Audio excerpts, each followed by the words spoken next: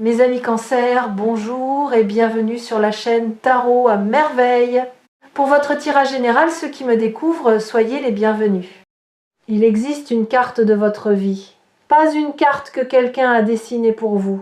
Une carte que vous dessinez vous-même, jour après jour, sans le savoir. Chaque décision est un trait, chaque rencontre est un point, chaque épreuve est un relief. Et cette carte, si vous pouviez la voir d'en haut, si vous pouviez prendre suffisamment de recul pour embrasser l'ensemble au lieu de fixer le détail du jour, cette carte révélerait quelque chose de stupéfiant, un motif, un dessin cohérent, une direction que vous suivez depuis le début sans jamais l'avoir choisie consciemment. Aujourd'hui, le destin vous tend cette vue d'en haut. Et ce que vous allez voir va tout changer. Pas de la manière dramatique que ce mot suggère habituellement, pas un bouleversement extérieur, un recadrage intérieur, le genre de changement qui ne fait aucun bruit, mais qui modifie la manière dont vous respirez, la manière dont vous marchez, la manière dont vous vous endormez le soir et vous réveillez le matin. Le genre de changement après lequel rien ne sera plus exactement pareil, même si tout en surface semble identique. Commençons par le premier point sur la carte. Il se situe dans votre passé lointain, un moment que vous considérez probablement comme banal ou malheureux, un moment dont vous ne parlez jamais parce qu'il vous semble insignifiant ou parce qu'il vous fait encore mal. Ce moment, c'est la première fois où vous avez senti que vous ne rentriez pas dans le moule. Pas de manière spectaculaire, de manière subtile, un décalage entre ce que vous ressentiez et ce que les autres semblaient ressentir. Un écart entre votre perception du monde et celle qui était considérée comme normale.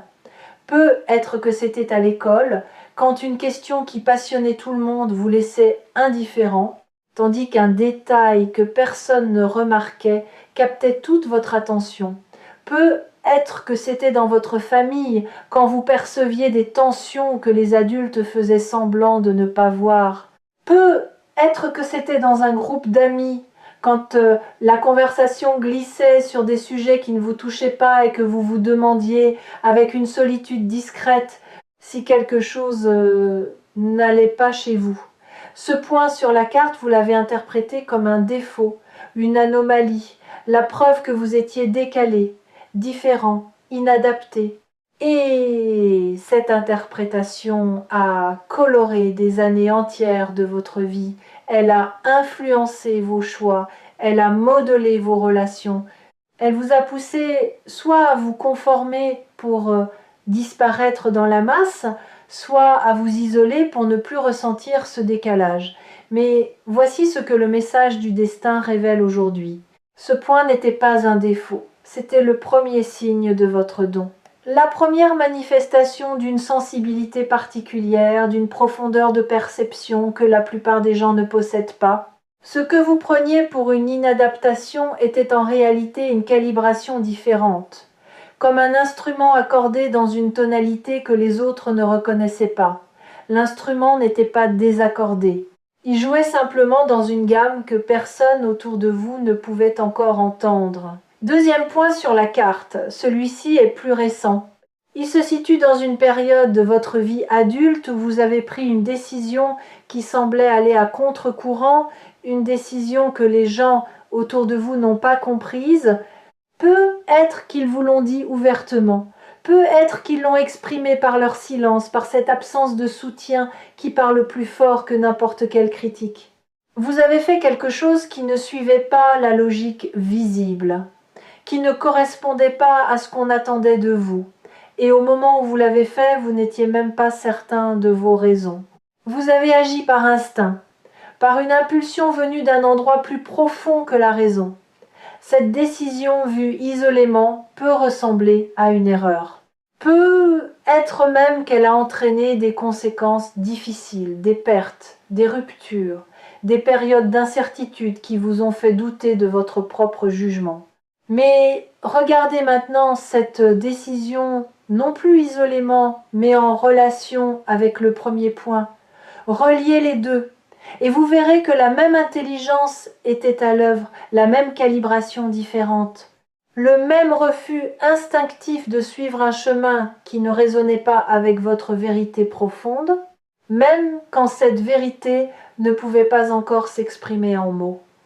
Le destin ne vous punit pas pour les décisions qui semblent illogiques. Il vous guide à travers elles. Chaque fois que vous avez suivi votre instinct contre la logique apparente, vous ne vous éloignez pas de votre chemin, vous y reveniez, vous corrigiez une déviation imposée par les attentes des autres. Et le prix que vous avez payé pour ces corrections, l'incompréhension, la solitude, le doute, n'était pas une punition, c'était le péage. Le coût inévitable de l'authenticité dans un monde qui récompense la conformité. Troisième point. Celui-ci est le plus récent, il se situe dans les dernières semaines. C'est un sentiment, pas un événement. Un sentiment diffus mais persistant que quelque chose approche, que les pièces du puzzle bougent, que l'air autour de vous a changé de densité. Vous ne pouvez pas le prouver, vous ne pouvez pas le montrer à quelqu'un en disant « Regarde, tu vois ». Mais vous le sentez dans votre ventre, dans votre poitrine. Dans ces moments de veille nocturne où le silence est si profond que vous pouvez entendre le murmure de votre propre devenir, ce sentiment est le troisième point. Et c'est maintenant que nous allons relier les trois. Prenez du recul. Montez en altitude. Regardez ces trois points depuis une perspective que vous n'avez jamais eue.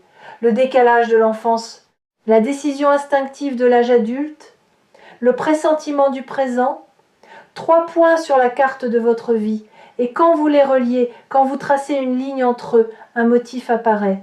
Ce motif a une forme, et cette forme est une flèche qui pointe dans une direction précise, la direction de votre vérité, pas celle que les autres ont définie pour vous, pas celle que la société considère comme acceptable, votre vérité à vous, celle qui pulse dans votre sang, celle qui bat dans votre cœur à un rythme que personne d'autre ne partage.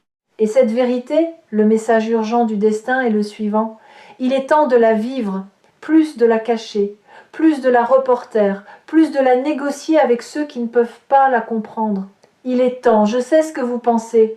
Vous pensez que c'est facile à dire, que vivre sa vérité est un luxe réservé à ceux qui n'ont pas de facture à payer, de responsabilité à assumer, de personnes à ne pas décevoir. Et je comprends cette pensée. Elle est raisonnable. Elle est logique.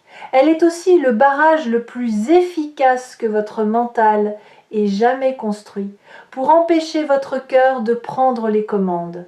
Mais voici ce que votre mental ne sait pas. Vivre sa vérité ne signifie pas tout quitter, ne signifie pas brûler les ponts, ne signifie pas devenir irresponsable ou égoïste. Vivre sa vérité, c'est un ajustement fin, subtil.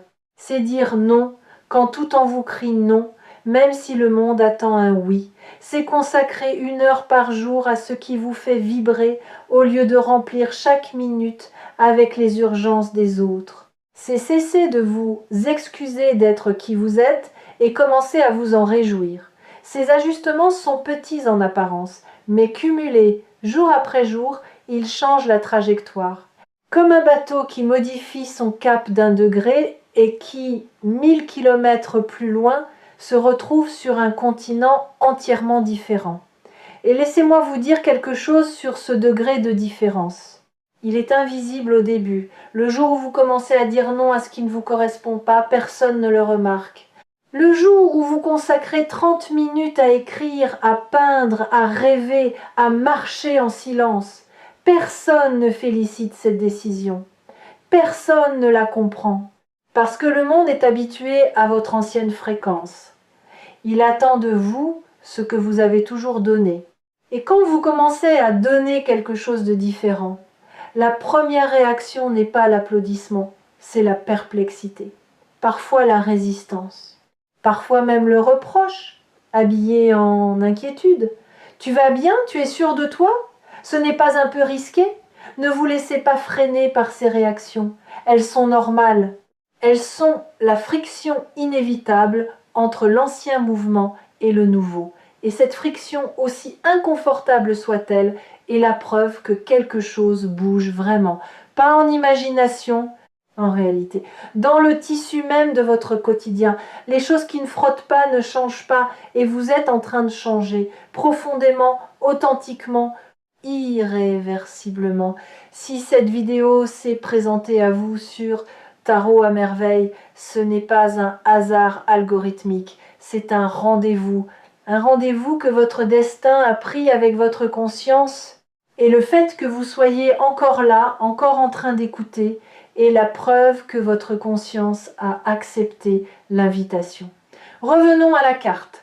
Il y a d'autres points que nous n'avons pas encore reliés, des points que vous avez peu être oubliés ou que vous n'avez jamais considérés comme significatifs, des moments de grâce minuscules, un sourire échangé avec un inconnu qui a illuminé une journée entière, un livre ouvert au hasard à la page exacte qui contenait les mots dont vous aviez besoin, un retard, un imprévu, un contretemps qui vous a mis sur le chemin de quelque chose d'inattendu et de précieux. Ces moments, vous les avez classés sous la rubrique coïncidence.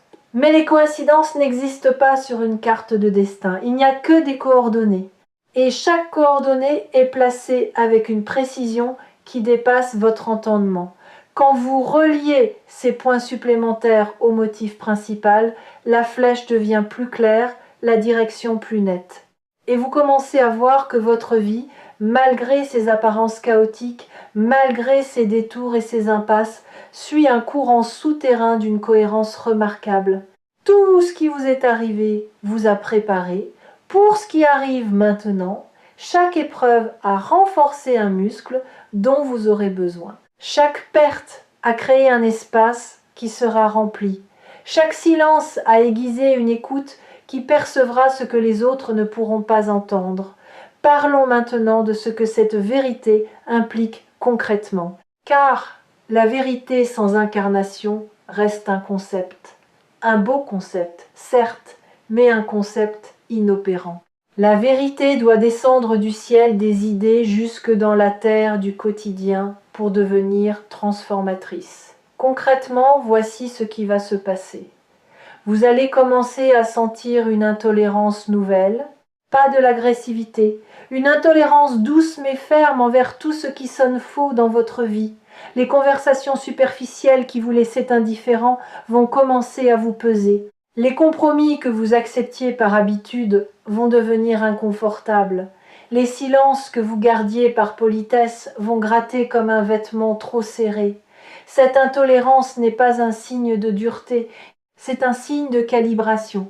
Votre instrument intérieur est en train de s'accorder sur sa fréquence naturelle et tout ce qui vibre à une fréquence différente va commencer à produire une dissonance que vous ne pourrez plus ignorer. Et c'est dans cette dissonance que le changement va naître. Parce que la dissonance force le choix. Elle vous met face à des décisions que vous reportiez. Elle vous oblige à regarder ce que vous évitiez. Elle rend impossible le statu quo confortable dans lequel vous vous étiez installé. Et quand le statu quo devient impossible, le mouvement devient inévitable. Je veux préciser quelque chose d'important sur cette intolérance nouvelle. Elle ne vous rend pas difficile. Elle ne vous rend pas exigeant au mauvais sens du terme. Elle vous rend honnête. Et l'honnêteté, dans un monde habitué au compromis permanent, est souvent mal interprétée. Les gens qui vivent dans le compromis voient l'honnêteté comme de la rigidité, comme de l'intransigeance, comme un refus de s'adapter. Mais il y a une différence fondamentale entre la flexibilité et la trahison de soi. La flexibilité, c'est ajuster la forme sans perdre la substance. La trahison de soi, c'est abandonner la substance pour préserver la forme. Et ce que vous refuserez désormais, ce n'est pas de vous adapter, c'est de vous trahir. Les gens qui vous aiment pour ce que vous êtes resteront. Ils respecteront vos nouvelles frontières. Ils s'ajusteront à votre fréquence plus claire. Et ceux qui ne restent pas n'aimaient pas vous. Ils aimaient la version de vous qui ne les dérangeait pas, la version commode, la version silencieuse, la version qui servait leurs besoins sans jamais exprimer les siens. Le départ de ces personnes ne sera pas une perte, ce sera un nettoyage. Et Chaque place libérée sera remplie par quelqu'un qui résonne avec votre vérité plutôt qu'avec votre masque. Ce mouvement, vous ne le ferez pas seul. Le destin, cette intelligence mystérieuse qui dessine la carte, va placer sur votre route des alliés, pas nécessairement des alliés évidents, pas des sauveurs qui arrivent avec des solutions toutes faites, des alliés subtils. Une phrase entendue au bon moment dans une conversation qui ne vous était pas destinée, un regard posé sur vous par quelqu'un qui, sans le savoir, vous donne la confirmation dont vous aviez besoin. Une opportunité qui se présente exactement quand vous êtes prêt à la saisir, pas une minute avant, pas une minute après. Soyez attentifs à ces alliés. Ils ne portent pas de pancarte, ils se fondent dans le quotidien. Ils ressemblent à des hasards, mais sur la carte de votre destin, ils sont des balises. Des repères lumineux placés le long du chemin pour vous confirmer que vous êtes dans la bonne direction. Vous avez être déjà rencontré l'un de ces alliés récemment. Quelqu'un qui a dit exactement ce que vous aviez besoin d'entendre, sans même savoir qu'il le disait. Quelqu'un dont le parcours a résonné avec le vôtre d'une manière inexplicable. Quelqu'un dont la simple présence dans votre vie vous a rappelé que vous n'étiez pas fou de ressentir ce que vous ressentez, que votre décalage n'était pas un défaut mais un atout, que votre manière différente de voir le monde n'était pas une erreur de fabrication mais une spécialisation rare que peu de gens possèdent. Gardez ces personnes près de vous, pas de manière possessive, de manière consciente, reconnaissez-les pour ce qu'elles sont, des confirmations vivantes que votre chemin est réel, que votre vérité est valide, que la direction indiquée par la flèche sur votre carte mène quelque part.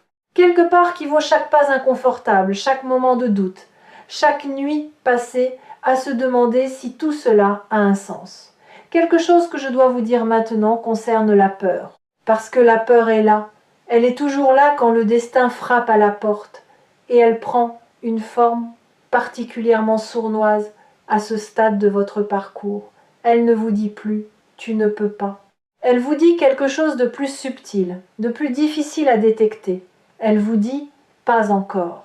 Ce « pas encore » est le piège le plus sophistiqué de votre mécanisme de résistance. Parce qu'il semble sage, il semble prudent, il ne vous dit pas non, il vous dit plus tard. Et plus tard, quand on le décortique, est simplement un jamais qui a appris les bonnes manières.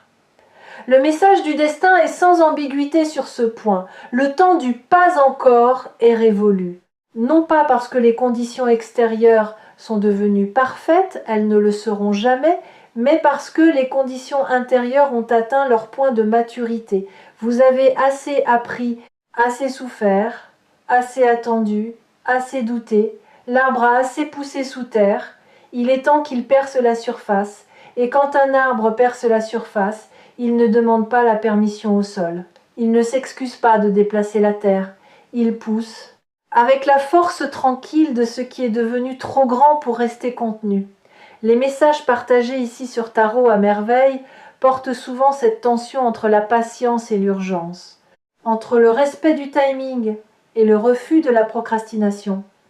Et aujourd'hui, la balance penche clairement du côté de l'action, pas l'action frénétique, l'action alignée.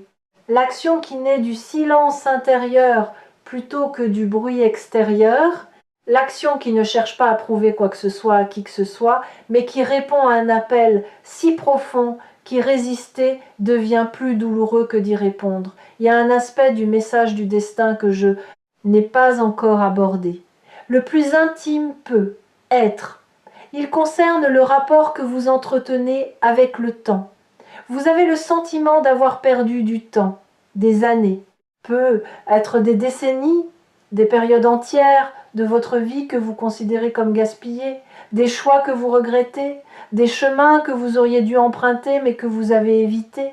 Et ce regret est un poids que vous portez en silence, sans en parler, parce que le passé ne se change pas et que se plaindre ne sert à rien. Le message du destin a une réponse à ce regret. Et cette réponse va peut-être vous surprendre.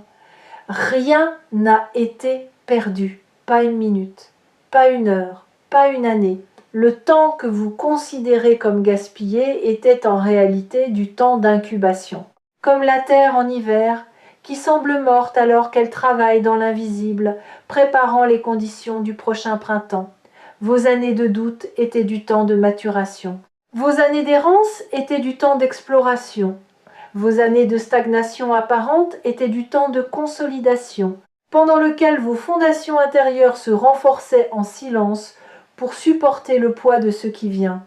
Il y a une image que j'aimerais partager avec vous. Imaginez un archer qui bande son arc. Plus il tire la corde vers l'arrière, plus la tension est forte, plus l'attente est longue, plus le bras tremble. Et pour un observateur qui ne comprendrait pas le tir à l'arc, ce mouvement vers l'arrière ressemblerait à un recul, à une régression. Pourquoi recules-tu alors que ta cible est devant? Mais l'archer sait. Il sait que l'attention est nécessaire, que le recul apparent est la condition de la propulsion, que plus la corde est tirée, plus la flèche ira loin. Vos années de tension, vos années de recul apparent étaient la corde qui se tendait, et le moment de la libération approche. La flèche va partir, et elle ira exactement là où elle doit aller. Pas où vous l'aviez planifié, où votre destin l'a visé, rien n'est perdu. Tout est investi et le retour sur investissement arrive maintenant, pas sous la forme que vous attendiez, sous une forme meilleure, plus adaptée, plus juste, plus profondément alignée avec la personne que toutes ces années ont façonnée. Regardez votre carte une dernière fois, voyez tous les points, tous les traits, tous les reliefs, les montagnes que vous avez escaladées, les vallées que vous avez traversées, les rivières que vous avez remontées à contre-courant, et voyez la flèche, la direction, ce vers quoi tout converge. Ce vers quoi tout converge, c'est un point que vous n'avez pas encore atteint, un point qui se situe juste devant vous, si proche que vous pourriez presque le toucher. Et ce point, quand vous l'atteindrez, ne sera pas une destination finale, ce sera un belvédère. Un point d'observation depuis lequel vous pourrez enfin voir l'ensemble de votre parcours et comprendre avec une clarté qui coupe le souffle que tout avait un sens, que chaque détour était un raccourci déguisé, que chaque perte était un gain travesti, que chaque non que la vie vous a opposé était la protection d'un oui infiniment plus grand qui attendait son heure, et que le chaos que vous perceviez n'était du chaos que vu d'en bas. Vu d'en haut depuis ce belvédère, c'est un chef-d'œuvre, votre chef-d'œuvre, peint avec des couleurs que vous n'auriez jamais choisies, mais qui ensemble créent une harmonie que vous n'auriez jamais pu imaginer. Cette heure est venue, le destin ne demande pas grand-chose, il ne demande pas que vous soyez courageux, il sait que vous l'êtes déjà, chaque jour, dans des gestes que personne ne voit. Il ne demande pas que vous soyez prêt. Personne n'est jamais prêt pour ce qui le dépasse. Il demande simplement que vous soyez disponible, que vous disiez, avec la voix tremblante de celui qui ne comprend pas tout, mais qui fait confiance quand même, « D'accord, j'écoute, je suis là, montre-moi. » Et le destin montrera, pas avec des feux d'artifice, avec des évidences si simples, si lumineuses, si indiscutablement vraies que vous vous demanderez comment vous avez pu les manquer pendant toutes ces années. Et la réponse sera douce, vous ne les avez pas manquées, vous n'étiez simplement pas encore au belvédère, vous y êtes maintenant, souvenez-vous de ce moment, marquez-le intérieurement, parce que c'est ici, dans cette vidéo, dans cet instant précis, que vous avez vu votre carte pour la première fois, et une fois qu'on a vu sa carte, on ne marche plus à l'aveugle. On marche avec la certitude de celui qui sait d'où il vient, qui comprend où il est et qui sent, avec chaque fibre de son être, vers où il se dirige. La vérité dont parle le titre n'est pas une vérité que je vous apporte. C'est une vérité qui était déjà en vous et qui attendait que vous descendiez assez profondément en vous-même pour la trouver. Aujourd'hui, vous l'avez trouvée. Ne la lâchez plus, et quand les jours de doute reviendront, et ils reviendront, rappelez-vous que Tarot à merveille sera toujours là pour vous tendre le miroir, pas pour vous montrer ce que vous devez être, pour vous rappeler ce que vous êtes déjà. Prépare-toi, non pas à quelque chose qui arrive de l'extérieur, à quelque chose qui émerge de l'intérieur, de toi, de cet endroit en toi que personne n'a jamais visité mais qui a toujours existé, patient, silencieux, indestructible. Parce que la plus grande vérité du destin, celle que personne ne te dit jamais, c'est que le destin ne vient pas vers toi, il vient de toi. Et il est magnifique.